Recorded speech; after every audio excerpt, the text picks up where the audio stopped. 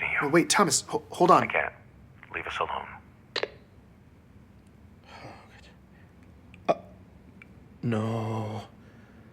No, God, no way that you did not just... If you want privacy online, ChatterNet is a pretty good bet. Damn it. Not foolproof, but relatively difficult for the government to monitor. Waypoint, on the other hand, is wide open. Supposedly, the Office of Naval Intelligence has software on the network capable of listening to every single conversation galaxy-wide.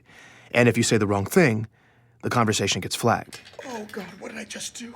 What I had just done was conduct an unsanctioned follow-up interview with a survivor of a war camp, accused him of lying about it, basically got him to admit that lie, and then ended by possibly implicating my employer, the most powerful military agency in history, in either bribery or coercion. I'd done all of that on Waypoint. I thought I was going to throw up. Wait a minute. Maybe it wasn't that bad. I went and listened back. Would they flag that word? What about that one?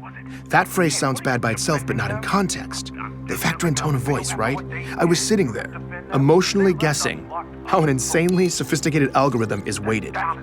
Basically, I was trying to outsmart a legion of robots. Damn it, Ben. It was too late. Those words were gone. That data had been processed. And I had either been flagged or I hadn't. I had no idea what would happen next. I'm Benjamin Giroux, and this is Hunt the Truth.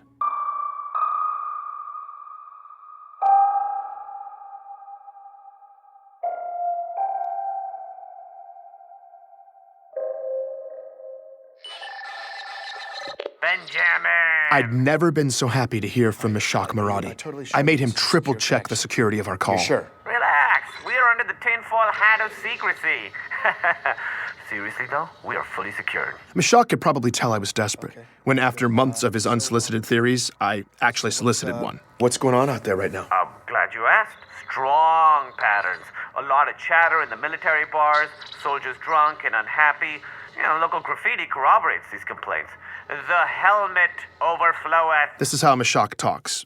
For a while, I thought maybe there was an actual group of people somewhere who use these terms. But there's not. It's just Meshach. My prognosis? Ripples in the ranks. Army, orb shock troopers, Marines, across the board. Men at arms, up in arms. When soldiers get frustrated, they get sloppy with their communication. The more frustration, the more unsecured chatter. Right now, there was a lot of both. And there's a sizable leak of booyah-worthy transmissions distilling the slush. Ah, the slush. That immense soup of data siphoned off of unsecure networks, the preferred source for nut jobs everywhere. The data's all legit. There's just such an ungodly huge amount of it that it's practically useless. To Meshach's credit, though, he somehow managed to draw somewhat sound conclusions from it on occasion. It was kind of amazing. I asked why there was so much discontent across the military. MC-11 Scepter. That's Meshach for the chief. He's off being creative. He could be off the grid. Fleetcom's trying to smokescreen like they're on top of his position, but they're not. So the trombones are playing the brown note on that one, and the grunts are a-grumbling. The military is one pissed-off polygon right now. Apparently, some are even questioning Master Chief's motivations and allegiances. The word traitor Come on. has been used. Seriously? If he's disobeying orders, that's bad, but calling the chief a traitor?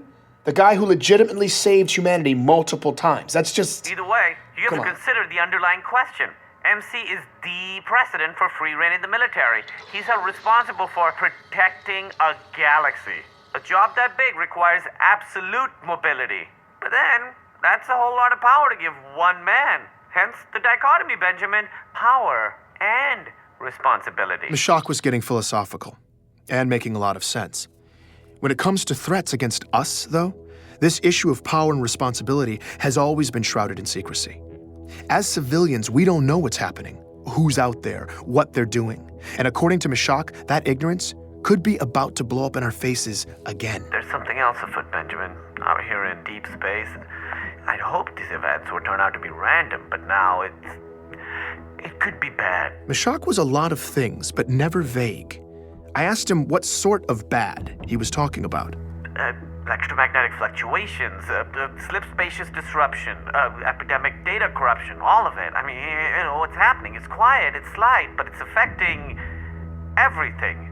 Ripples on a gigantic scale. I'm talking whole star systems. It's just, I don't want to say I'm frightened. You know what I mean? But to be honest... I'm sorry, Mashak. Hold on a second. Just hold on. As Mashak's sketch of a horrifying reality started to emerge, the last thing I wanted to do was interrupt him, but I'd just been reminded of a more immediate, horrifying reality. From Sully, an event on my calendar, no message. Oh, no. My stomach dropped. My flight to ONI's Boston headquarters left in 3 hours. They were calling me in. This had never happened to me before. I said goodbye to Mashak. It now seemed painfully clear that my waypoint conversation with Thomas Wu had been flagged. By the time I landed on Earth, I was one giant ulcer. I'd spent every sleepless hour of the flight running over everything in my head. The conflicting stories I'd heard, the gut-twisting possibilities of what would happen in Boston. I looked and felt like death. All I was looking forward to at this point was Petra Janicek. I'd hit her up right before I left, asked if she'd meet me near the ONI campus. Thankfully, she said yes. Petra and I are in the same line of work. We make the government look good. The last time I saw her was 6 years ago in New Mombasa. The day it happened. We were both there. We both saw the chief do what he did. But afterwards, while I retreated to a quiet little hamlet across the galaxy, Petra stuck around and made a name for herself. I was hoping she could throw me a lifeline. So I threw some cold water on my face, pulled myself together, and met up with her at a local pub. You know, for a guy just returning from a 6-year spirit walk in deep space, I'm impressed. You actually showed up on time. Same old Petra. She already knew I'd gotten the Master Chief assignment, and she was not happy. Apparently, she was still waiting for her face-to-face exclusive with the Chief. I refrained from laughing out loud at that little fantasy, but she continued with the ball-busting anyway. So why are you here? No, wait, let me guess. Let me guess the title of your story. Heroism Untold. It's something like that. Yeah, I'm sure it's hard-hitting. What's a Sully commissioned expose look like nowadays, anyway? And only one sheet of pre-approved sources? Yeah. You know, whatever. Okay, you can do a fluff piece over waypoint from your Rebel Rock. So, again, why are you here? If you haven't noticed yet, Petra cuts to the chase. Sully called me in. Sully? He what? He called you here. Yeah, that's what I wanted to talk to you about. I told her about confronting Thomas Wu, how I'd contradicted a statement of his that was probably supposed to be Sully's main deliverable for the interview. Not only did Petra not see the problem with that, though, she seemed to think it was cute. Whoa, old Ben G. Rogue. You're coming off the bench feisty. No, The guy's not gonna rat on you. It'll just make him look as bad. I did the whole interview on Waypoint. That got her attention. I think it got flagged. You think it... I got the summons from Sully a few hours later. Petra's face and voice hadn't changed, but her eyes were suddenly on fire. Ben... I messed up, Petra. You messed up how? The story, it was falling apart, and these inconsistencies between the sources were... Inconsistencies? With Oni's sources? No, with mine. You found sources in the outer colonies. Yeah, I made friends in the past few years. I doubt Sully realized I'd have that resource in my arsenal. He definitely didn't. Ben, listen to me. You used to be a government lapdog at your peak. Then you deep spaced yourself into obscurity. You have no juice now, and that's why they picked you.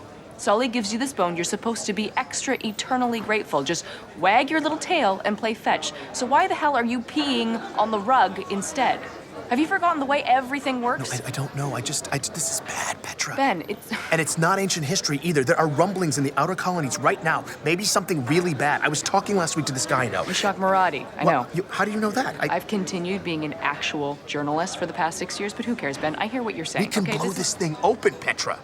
Okay. All right, cowboy. No, seriously. This is big. I can't even begin to reconcile the things I'm hearing with the story I'm supposed to tell.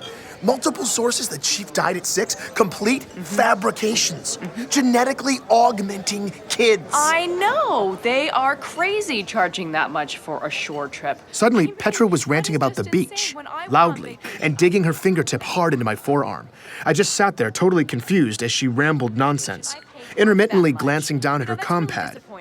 What was happening? There and negotiate a better rate. Because seriously, then I understood, about all the money you could have saved, it really and I froze. I don't even understand why they would charge you that much. They were listening. My entire family. I'd figured there were cameras on us. There were always everywhere here. Because you know what? But there was full audio surveillance now, too? Is that even possible? She glanced down at her comm pad one last time. Don't put up with it.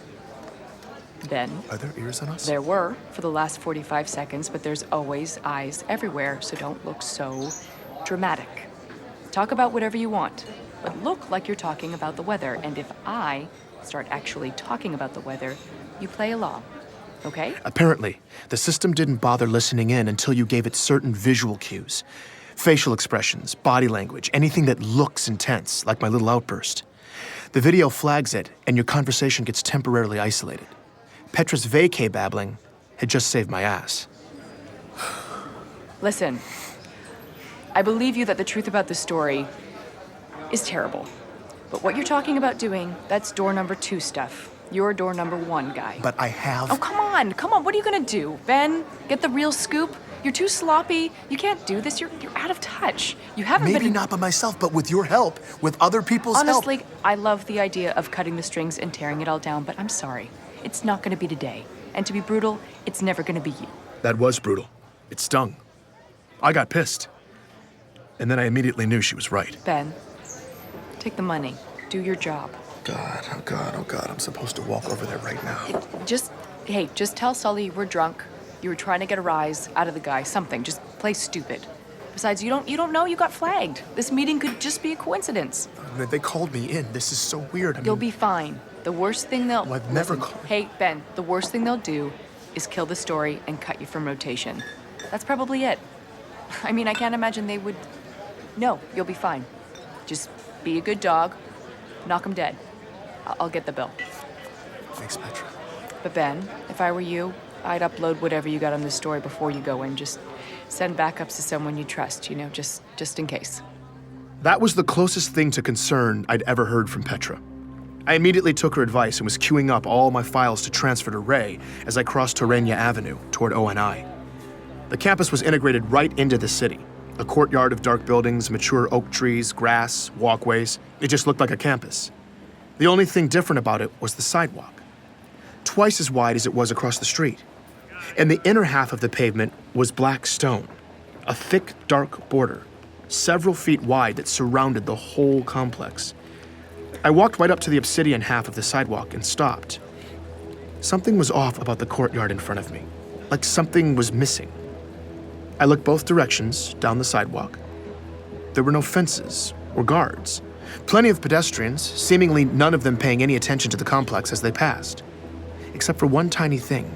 None of them, not a single one of the dozens of white-collar workers and shoppers and parents and kids walking up and down that sidewalk laid a foot anywhere near the black half of the pavement. On a 20-foot wide walkway, they were all moving single file right up against the curb. I turned and looked back at the campus, listening. No birds. That's what was missing. There were no birds in the trees. In fact, there was no sound in the air at all.